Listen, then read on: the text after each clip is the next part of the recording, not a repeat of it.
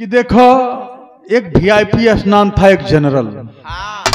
तब वीआईपी स्नान में माने बड़े लोग पर्दे में हम बताए तनी, आज जनरल माने सारी छोट बिरादरी, मरे वाला में क्यों बड़ बिरादरी नहीं खे। हरे मर लोग हिर कुर्मी कुहार लोहार भर चमार सगरी जना मर लोग में जाके बड़ बिरादरी ना मरी है। वीआईपी स्नान कराने में फोर्स की व्यवस्था वीआईपी स्नान में थी, अथा जनरल व्यवस्था में कोई फोर्स का व्यवस्था ही नहीं था। आज 4 लोग से 1500 लोग जाकर अपना हाजिरी दिए हैं कि मेरे परिवार के लोग कहाँ हैं। 15,000 लोग लाश नहीं मिल रही है, कुकुर खाता हूँ, लेकिन क्या करब वाली बात नहीं कहे। आप लोग होशियार हैं, अपन फैसला आप लोगों के हाथ में हो। एगो महागरीब ये दुनिया कैसन बा, एगो मल्लाह कबीरा हम आप लोगों के बीच में गावत हैं। आई मार साहब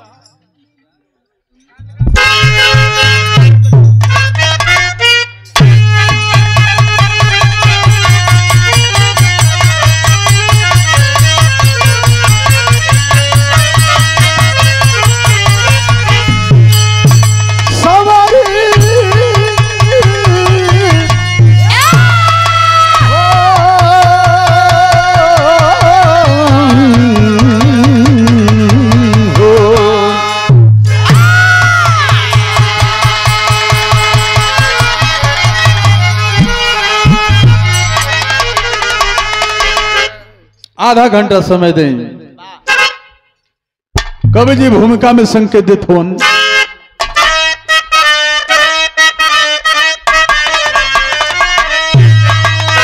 आरे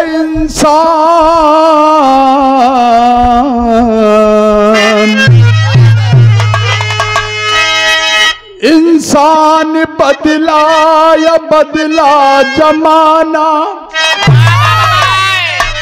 संगीत बदली या बदला तराना, बन गई आज रंगीन ख्वाहिश की दुनिया,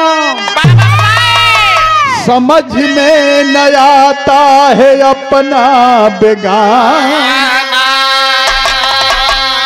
तनवता मनवता पर हावी हुआ, प्रेम बंधन जहां में भटकने लगा, ये श्याम देव पावकी में गुलशन खिलल,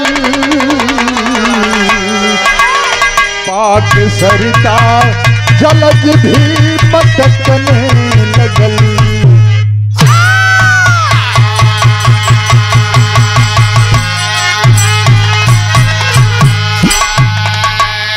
बार इंसान क्या जमाना है। कवि ने बिरहा में गजल का लाइन दिले हुन मास्टर, वह गीत है। अरे मारता है आदमी और, अरे मारता है आदमी और मर रहा है,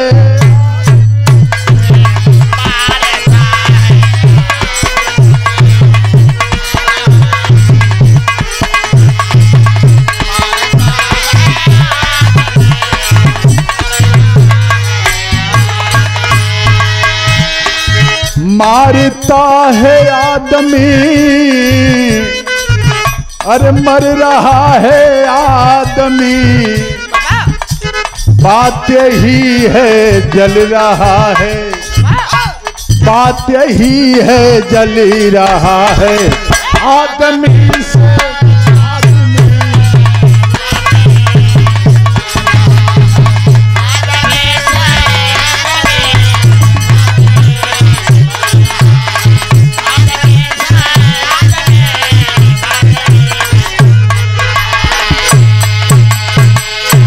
बड़ी सुंदर कवि जी भाव दिले उन।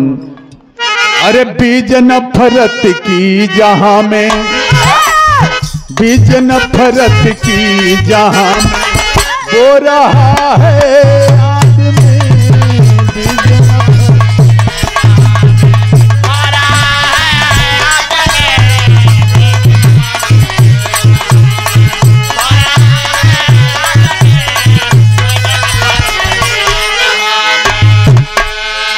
ये नफरत की जहां में वो रहा है आदमी, वो रहा है आदमी। बात यही है काल के गाल में, बात यही है काल के गाल में, सो रहा है आदमी।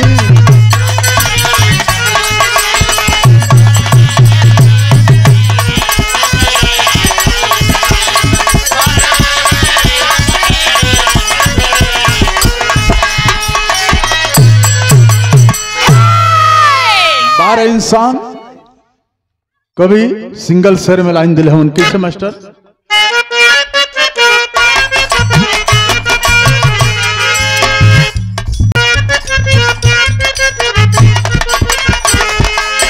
प्रांत बिहार में जिला मुजफ्फरपुर सही, ग्राम पटियाला का अनोखा ये दस्तूर सही।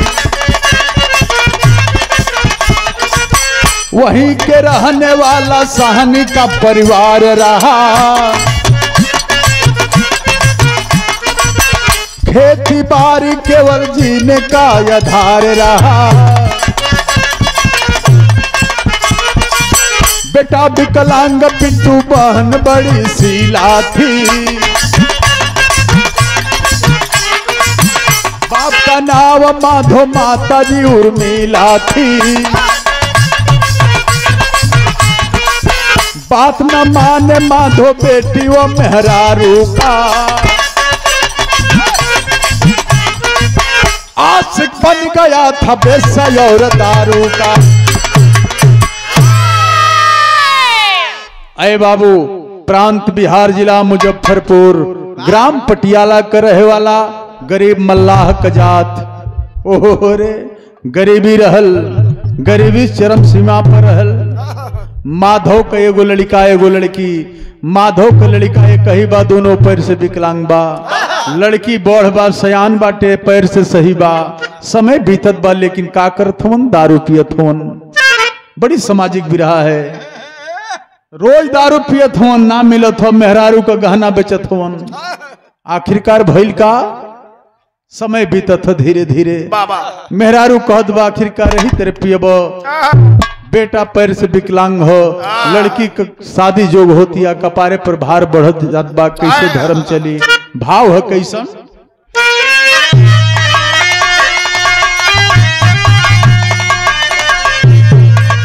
जब कुछ हो ना मिलत हो तो कैलन का चुपे जोरी। खेत तनावे है माधव की कि धीरे धीरे बेची दिहाल है,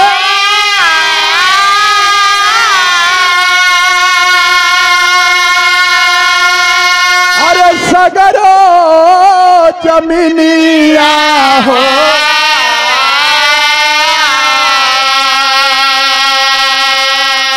अरे रोई रोई कहे लगल माधव की गुजरी,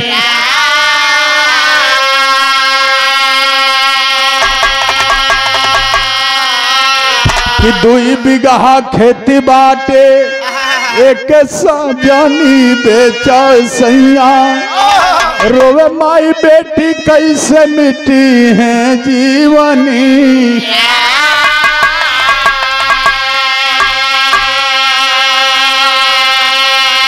आए रे जान गेल उनकी जमीन, जान गेल मतारी। माधव को औरत जान गई, पिंटू को महतारी जान गई कि जमीन बेच के दारू पियत होन। पैर पकड़ के रोवत बा, कहते कि मत बेचे, अब जौन बेचल तौन बेचल। आए है रे, लेकिन माधव अपने परिवार को कैसे बरगला रहा है। गीत लगल मास्टर।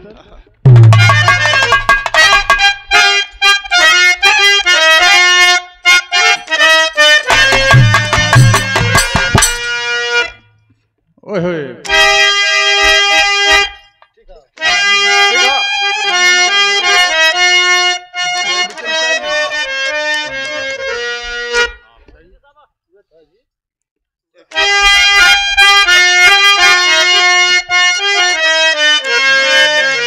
एक दिन बोलल माधव, एक दिन बोलल माधव, नारी से बचनिया हो।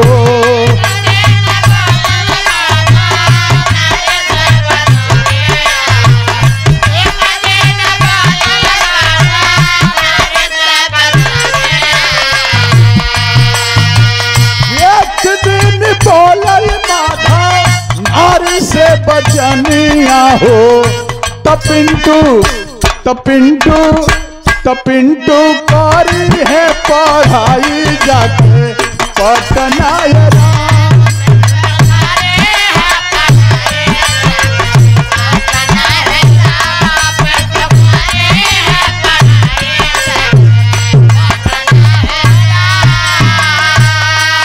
अनेरे न परेशान होताड़ू का चिंता खिले हो।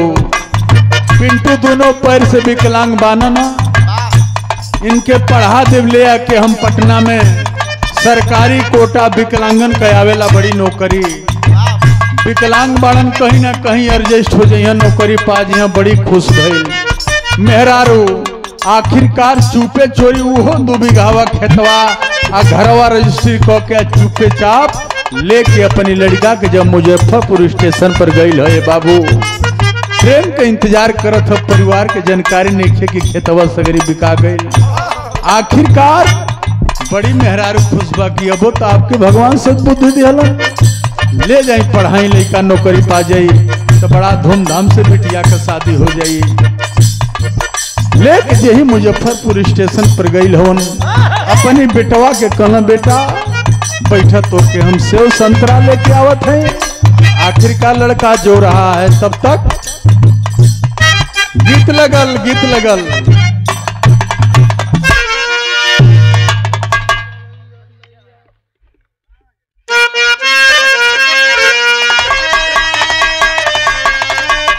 ट्रेनवा जब चल दिले हो, हारन मार के जब ट्रेन चलल हो, उस समय का भाव हो। लड़का अकेले ट्रेन में बैठल अपने पिताजी के इंतजार करत हो। यह गीत बा कि बहे पूरवैया नैया, मला लोग आवे न लोग। बहे पूरवैया नैया डगमग डोले हो। बहे पूरवैया नैया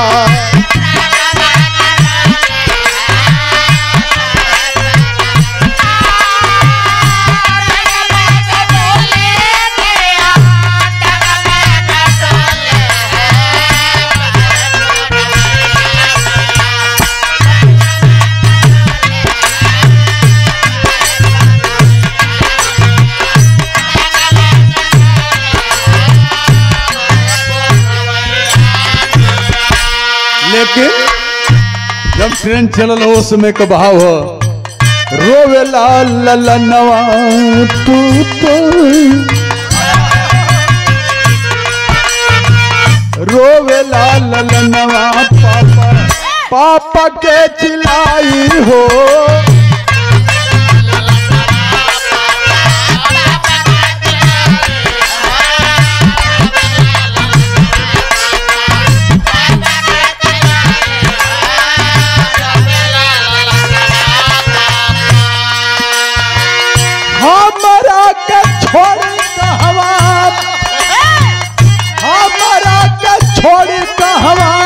गईला पराई हो।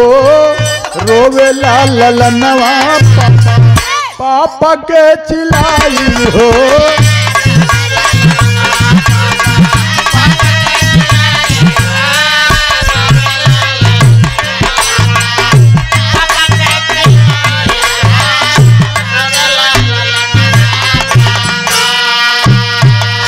जब सीटी मरले है गड़िया, वही समय लड़कवा रोवे लगल कि पापा हमर कहाँ गईलन। अपन औलाद अनहरो बा, बाप के तनो बाउर बा, तो बाप बेटा का रिश्ता है दुनिया में बहुत बड़ी होती है। खुल गई गाड़ी करे लारू तनावा,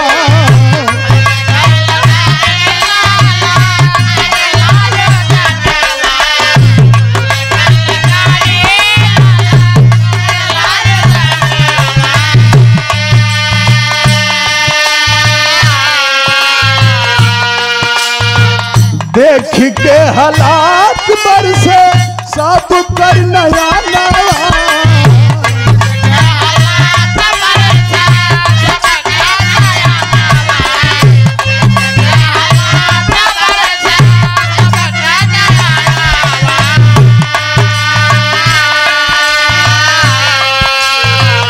हाड़ा भैल बेगाड़ी पटना में आई हो रोवेला सुमनवा पापा हो।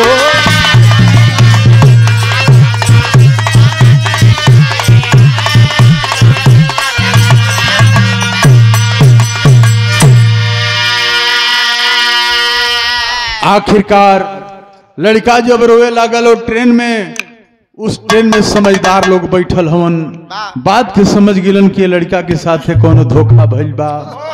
आखिरकार पढ़े लिखे लोग थे, पटना स्टेशन पर जो वहीं गाड़ी रुकल, वो लंगड़ लड़का के जीआरपीएफ के हवाले कर दिहलन लोग। जब वो लड़का जीआरपीएफ के हवाले हो गई तो एगो बुढ़िया माई स्टेशन पर देखा तो तरह तरह का भीख मांगे वाला लोग रहेला, तो कर भगवान कौने औलाद ना दिले रहलन। आखिरकार वो बुढ़िया माई को जीआरपीएफ वाला सौंप दिहलन। बुढ़िया माई बड़ी खुश भइल कि चला भगवान स्वरूप हमारे को बेटा ता गई धर्म का, चला हमें के खाना बना के खियाई भी, कमा के हमके खियाई, ट्रेन में भिक्षा मांगी हमें के बनाई खियाई, यहाँ का बात यहाँ छोड़ दें। आखिरकार भइल का गीत लगल मास्टर।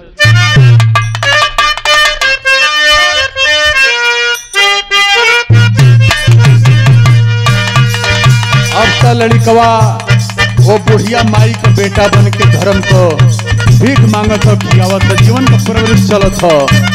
बाप कहीं फरार हो गई हो। आखिरी बात इधर भइल का कहानी मोड़ ले हो, ये बात से ही या छोड़ दे, लेकिन नई घटना का भइल गीत लगल। तू भी मरबो ये रजऊ, तू भी मरबो ये रजऊ, यही बजो पूर्व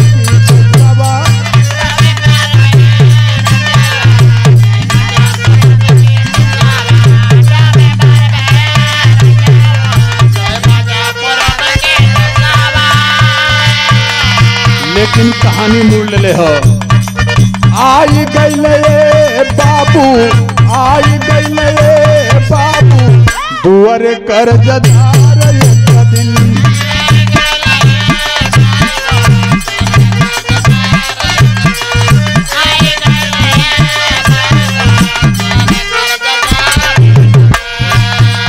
उर्मिला का माथा चकार आई गई बाबू, उर्मिला का माथा चकार आई गई बाबू, दुआर कर जदार एक दिन, आई गई।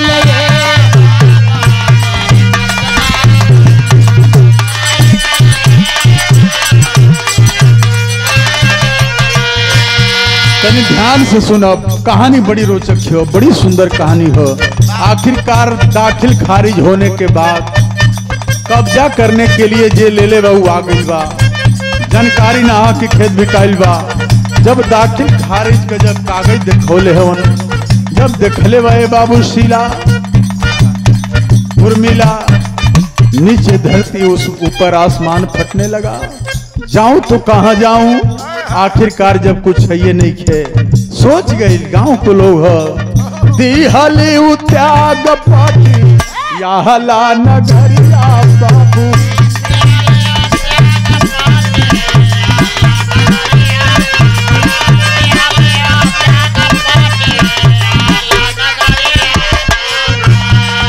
आके पलठारम पर आइली हली गरिया बाबू,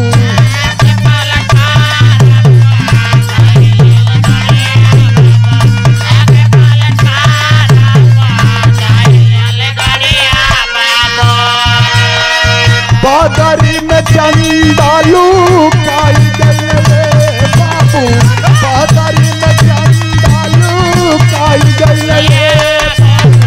दुआरे कर जदार एक दिन आई गई।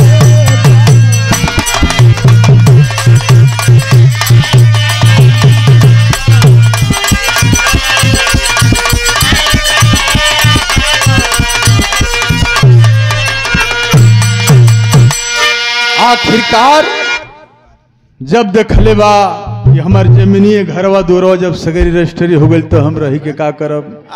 अपनी लड़का के ढूंढे बदे देख माई तो माई होले कि चला बेटवा के लेके गइल बड़न पटना कहीं गली चौराहा पर घूमब कहीं तो हमारे बेटवा लोग जब चलल बा ए बाबू पटना स्टेशन पर जब उतर के जब चलल बा किनारे अंधेरा हल्का हल्का होत बा उस समय गीत लगल भइल का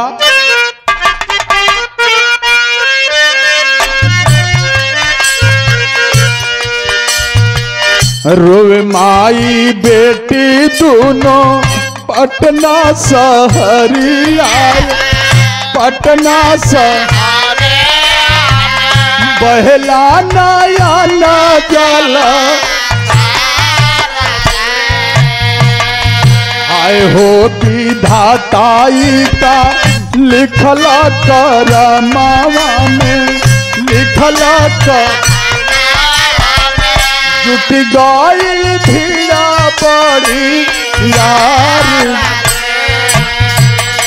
बिटिया सयान साथे दुखवा के पहरा माथे दुखवा के धीरे धीरे होती बाया अंधेरा हो रहा है लोग इकट्ठा बा सयान बिटिया बा मतारी बूढ़ी रोत बा त गस्ती में घूमत फिरत दल बल के साथ ये बाबू दल बल के आई गईले हवा थाने गश्त में घूमत अपने हमराइयों के साथ दरोगा जी जब पहुंचल हवन भीड़ देखले हवन उतर गए। उतरने के बाद सवाल करते हैं आखिरकार का बात बा। जब देखले बा दरोगा जी के हो उर्मिला जब देखले बा शीला का मतारी माधव का मेहरारू तो दरोगा जी के पैर पर गिर के एगो बात कहत बा का कहत बा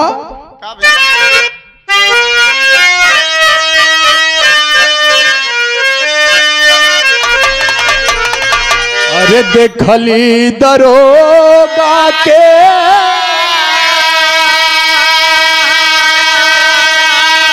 उर्मिला जवनी छानावा चारानावा में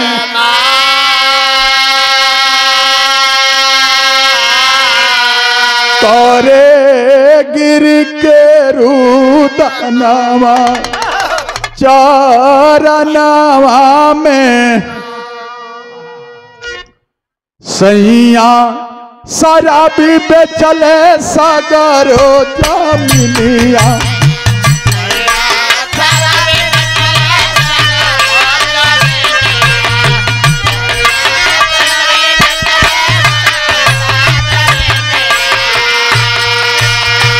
साहब हम कोनो चाय चोरना है ये हमार फरियाद बा हम विपत को मारल बानी हमारे साथ ऐसा घटना बा पर पकड़ के दरोगा जी इंसान रहलन सैया शराबी बेचले सागर हो जामिया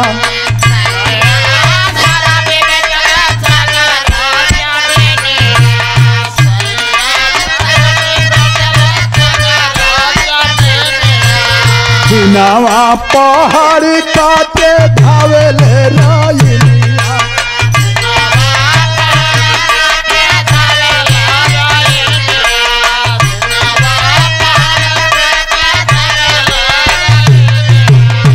ए साहब उजर गिल सगरी चीज हमार लेकिन एक ही बात का दुख बा हमारी आंखें कपुतरी के करा सहारे होई है लांगड़ा ललनावा के करा सहारे होई है लांगड़ा ललनावा करनावा में करे गिरी के रुदनावा करनावा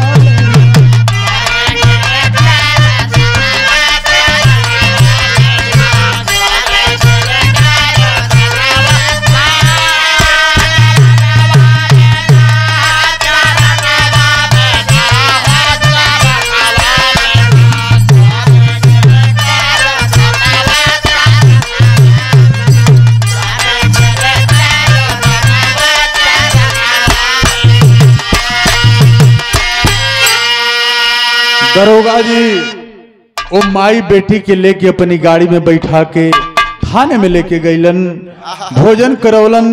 12 बजे रात का एसपी का दौड़ा हुआ। जब एसपी साहब आए देखले उन बूढ़ी माई के सयान बिटिया के सवाल कर दिए। अरे बाबू जब सवाल कैले होन दरोगा जी सगरी हिसाब बतौले हवन, सगरी फरियाद सगरी बात बतौले हवन।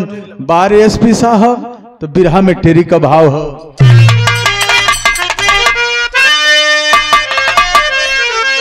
अरे धनवता में हेराइल हीरवा, अरे धनवता में हेराइल हीरवा, माली भइल बेगाना यानी कली मुरझाइल, अरे मुरझाइल, अरे मुरझाइल। आखिरकार एसपी साहब समझ गए बात के। एसपी साहब अपनी अब लेके रूम पर चल गए, प्राइवेट रूम पर जहां रहत रहलन। कहलन कि चलो हमारे रूम पर। ए बाबू कोई अगर जो सरकारी कोटा से यानी हर अधिकारी की कोटा में भर्ती आवेले वो चाहिए एक आध दो लोगन के भर्ती करा दे। चलो तुम पढ़ो, जितना तक पढ़ोगी मैं पढ़ाऊंगा। आखिरकार बुढ़िया मतारी सिला कर माई चौका बर्तन करके एसपी साहब के भोजन करावे। समय बीतत बा लेकिन भइल का, अरे चौका बर्तन करती उर्मिला,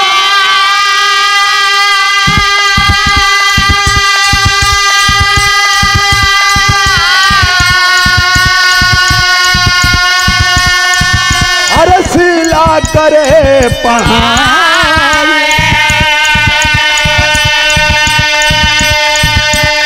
वांट निकला महिला पुलिस के फारम गईल भराए।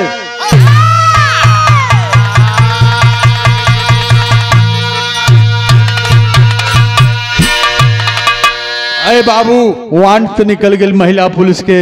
एसपी साहब फार्म भरवाई दिहलन। जब फार्म भरवाई दिहलन अधिकारी एसपी कोटा से बाबू वो लड़की भर्ती हो गई पुलिस में भर्ती हो गई। ट्रेनिंग कैली हल, ट्रेनिंग कई के थाने पर ओकर पोस्टिंग हो गई। आज जब पोस्टिंग हो गई इधर कहानी यही जा छोड़ दी। अब देखी माधो जवन अपनी लड़का के छोड़ के भागल है यासी करे बदे। पैसा खत्म हो गई, वही वेश्यालय में गया।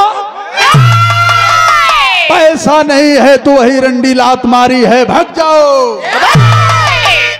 पैसा प्यारा है चाम प्यारा नहीं है, भग कर आ गया है बाबू। हाथ गोड़ फूट गई, सीढ़ी पर से गिरत आइल बा। तो करी बात गीत लगल भइल का करे का।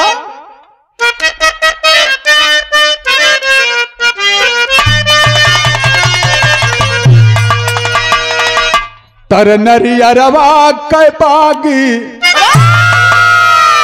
बनारस के मेहरारू गावेली। तर नरियरवा कै बागी, ऊपर श्याम की न लगाई दा। आजमगढ़ का मेहरारू गावेली कि सैया बदल बालू जाय रे, बदल बोलो जाय रे, चुनरी टूटी न बदले। देवरिया के मेहरारू गावेली कितनो तू गंगा नहैबो, अरे पातर तिरिया ना पैबा राजा। आई हमारे जिला के मेहरारू गावेली बलिया को हे दो गला। अरे का होई पूरी मिठाई, अरे का होई पूरी मिठाई, बलमा मोर सतुआ पर।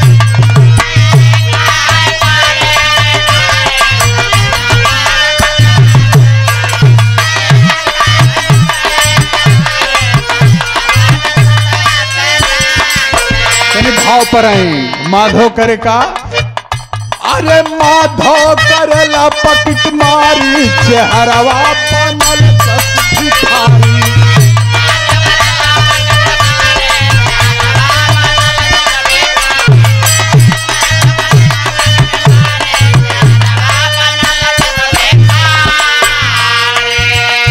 अरे प्रतिदिन माधो प्लेटफार्म पर आवे,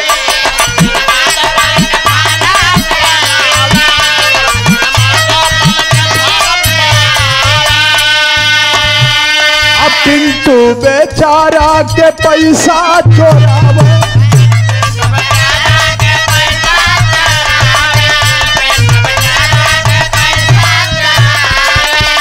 अरे कैले धराय अत्याचारी, अरे कैले धराय अत्याचारी चेहरवा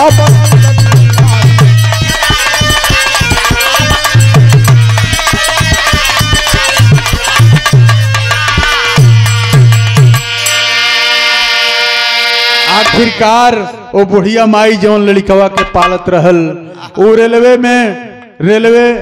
ट्रेन में चढ़ के भीख मांगे, खोरा जब भर जाते वो बुढ़िया माई के लिए आके दे दे।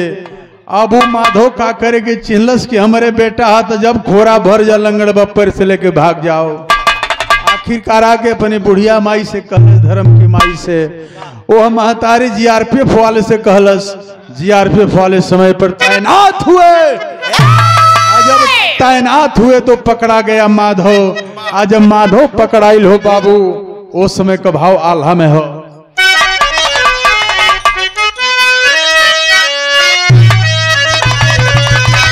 अरे सब हत्या बाग देखबो, खुद मर जाला भैया,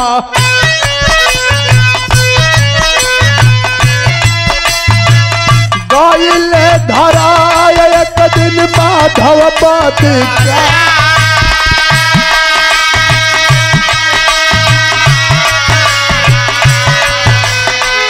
गाइले जवन थानावा में सिला पीटिया रहली,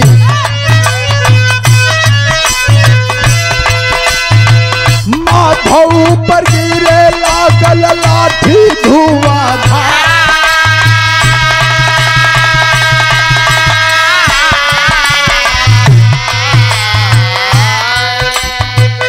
पूछलन दरोगा कहवा घरवा दुआरवा तोहरो,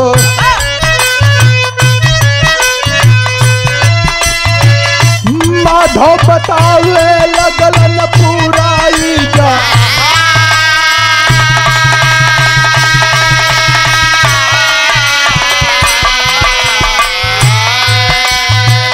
शीला की नजरिया जब पड़ल बाबू के ऊपरा,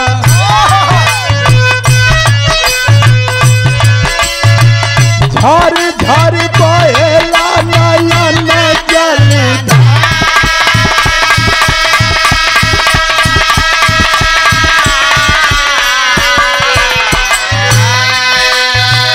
दौड़ी के शीला गईली माई की कगरिया तहिया,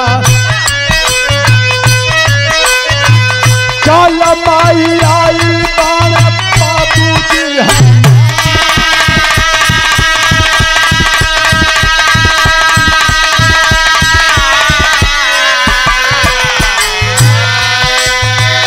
पूछे उर्मिला बेटी हम के बताई हो देत,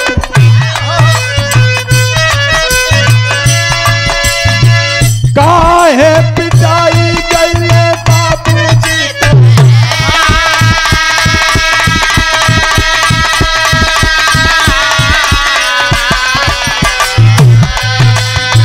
रोज प्लेटफार्म पर रुपया चोरावत रहले,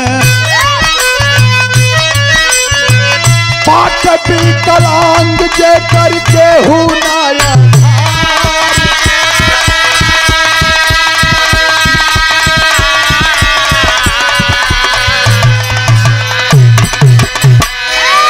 अरे बाबू जब दरोगा जी मारे लगलन माधव के, शीला डिप्टी में रहल, देखलस ना रुक गईल। बाप तो बाप होता है, औलाद तो औलाद होता है। अपनी माई की लगवा जाके रोवे लगल कि ये माई देखो ना बाबूजी हमन का, महतरियो चिन्ह के रोवे लगल, ए बेटी काहे तोहर बाबूजी पिटात हवन। ए माई एगो स्टेशन पर एगो लंगड़ लइका कई पैसा चुरावत रहलन, पकड़ा गइल बानन, नहीं अपराध में मरात हवन। आखिरकार शर्म की मारे जाके वो बिटिया हाथ जोड़े बा दरोगा जी से। दरोगा जी जान गए, माफ कर दिए, लेकिन वह लड़की या बुढ़िया माई जो सिपाही भइल बा लड़की, अब बुढ़िया माई जौन अपनी बेटी की रखवाली करे वही थाना में लेके अपनी बेटी के रहे। बाबू कलश किए बेटी कोनो लंगड़ के रुपया चुरावत रहलन, कनी चल देखा हमार बेटवा नाना है। आखिरकार है बाबू वो लड़का के लेके, आखिरकार वो माधो के लेके रिक्शा को के वो लड़की अब माधो के मेहरारू जब चलल है तो बिरहा में खड़ी कलाइन लगल है। कैसन मास्टर?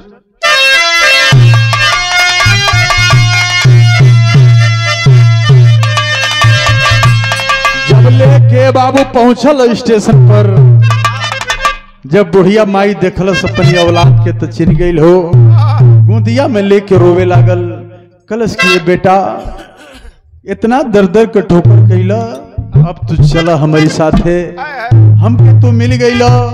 क्यों नहीं हम जन्म के आज हम पुण्य कैले रहने की पाप कैले रहने की हमारी दुर्दशा भइल। आखिरकार यही लेके चलत हो लंगड़ा बेटवा के, तर लइकवा रो के एगो बात कहलस। का कहलस?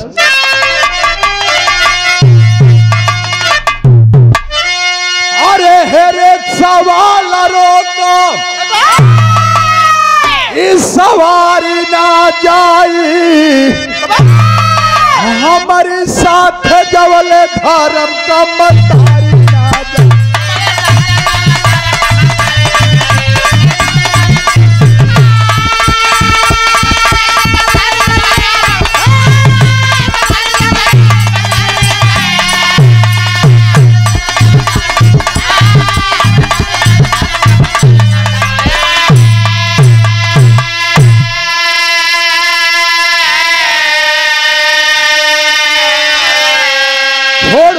बाबू अली पटना सहरिया, भिखिया के मांग के घियवली मतरिया। अरे अनाथ पिंटू तोहरी दुआरी ना जाई, हमारे साथ जवल धर्म का मतारी।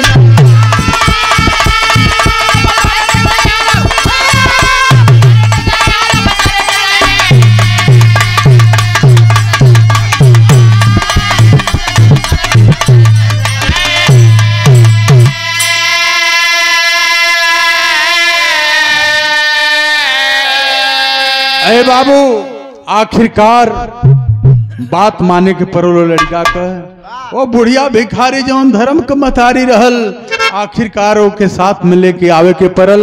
वही थाने पर लेके वो बुढ़िया माई माधव का मेहरारू माधव वो पिंटू विकलांग लड़का अपना जीवन यापन करने लगे। आप लोग पेपर पत्रिका में पढ़त हो, टेलीविजन पर देखत हो, ऐसा ऐसा कहानी बहुत मिलत हो। यहीं से कहानी का अंत है, कहना है क्या? जय जखाड़ स्वामी गुरजद्दू की लहरे फुलवार।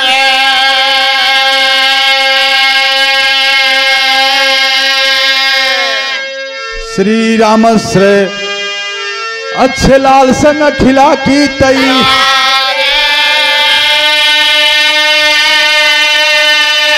अरे तलवता मेरा छोटे लाल श्याम देव के कायम रही मनोता हो।